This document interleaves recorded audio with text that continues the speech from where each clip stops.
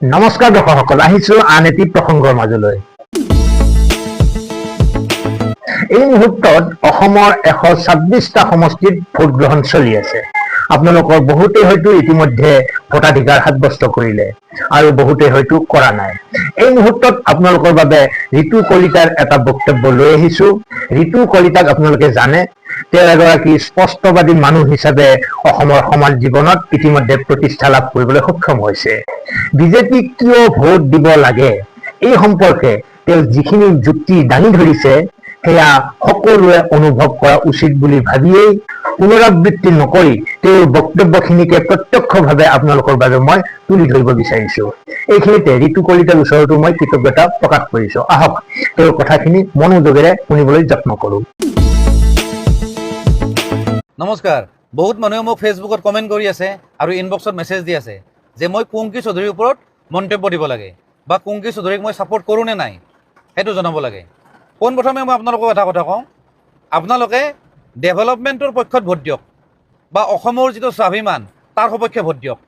এতিয়া স্বাভিমানৰ কথা মই কিয় ক'লোঁ, কাৰণ এইখন চৰকাৰে অসমীয়া ভাষাক স্বীকৃতি দিলে, শ্বহীদ স্মাৰক ক্ষেত্ৰ বনালে, বটদ্ৰৱা ক্ষেত্ৰ বনালে, লাচিত বৰফুকন মৈদাম বনালে, ছায়েন্স চিটি বনালে আৰু নৰ্থ ইষ্টৰ চবতকৈ ডাঙৰ অডিটৰিয়াম বনালে ইয়াতে খানাপাৰাত।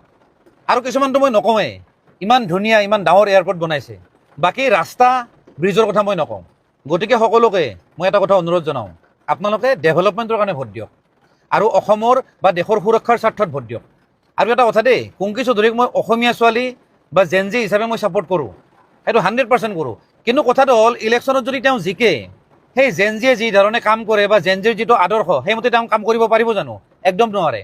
কাৰণ তেওঁলোকৰ যিটো দল অসম জাতীয় পৰিষদ সেইটো কাৰ লগত মিত্ৰতা কৰিছে? কংগ্ৰেছ দলৰ লগত। আৰু কংগ্ৰেছ দলৰ নীতি আদৰ্শ আপোনালোকে জানে, যিকোনো স্বাভিমানী অসমীয়াই কংগ্ৰেছ দলক ভাল নাপায়, একেবাৰে সঁচা কথা।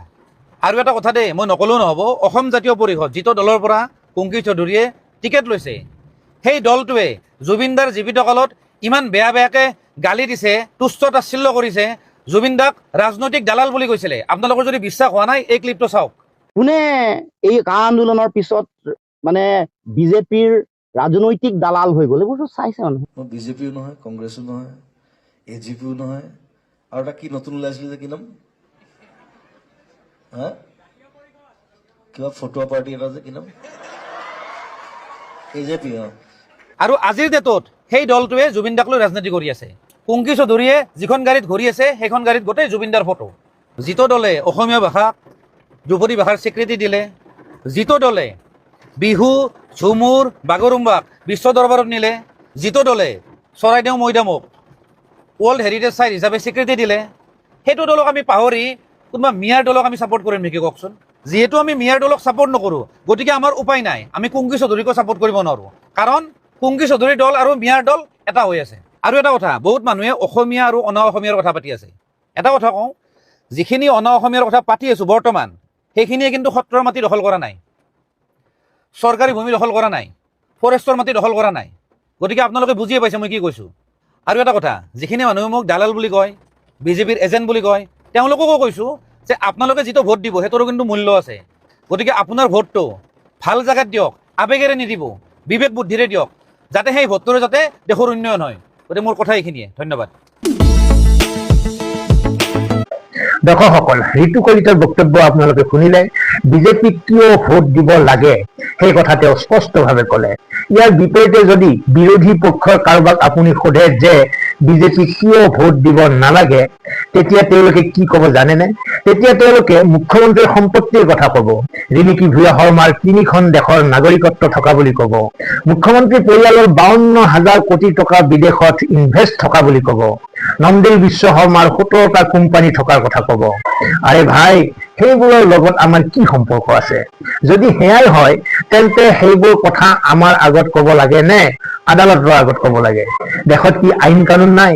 যদি সঁচাকৈয়ে তেনেকৈ কিবা দুৰ্নীতি কৰিছে মুখ্যমন্ত্ৰী পৰিয়ালে, তেন্তে সংবাদমেল পাতিব লাগে নে আইনৰ কাষ চাপিব লাগে? আন এটা তেওঁলোকৰ অভিযোগ হ'ল জুবিনৰ ন্যায়। আচলতে তেওঁলোকৰ কোনো ইছ্যুৱে নাই যাৰ বাবে আদালতত চলি থকা বিষয় এটাক ইছ্যু কৰিব বিচাৰে তেওঁলোকে। দুগ্ধপোষ্য শিশু এটাই জানে যে ন্যায় দিয়ে ন্যায়ালয়ে।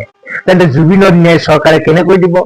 দৰ্শকসকল, ঋতু কলিতাৰ সুৰতে সুৰ মিলাই ময়ো কওঁ, বেদখলকাৰীক সংস্থাপিত কৰি নতুন বৰ অসম গঢ়িব খোজাসকলক চিৰদিনৰ কাৰণে উৎখাত কৰক আৰু চুকাফাই প্ৰতিষ্ঠা কৰা তথা শ্ৰীমন্ত শংকৰদেৱৰ পদ ৰেণুৰে ৰঞ্জিত অসমখন সুৰক্ষিত কৰাৰ স্বাৰ্থত সদল বলে ভোট কেন্দ্ৰলৈ গৈ বিজেপিক ভোট প্ৰদান কৰক। আজিলৈ ইমানেই। ভালে থাকক, কুশলে থাকক। ধন্যবাদ।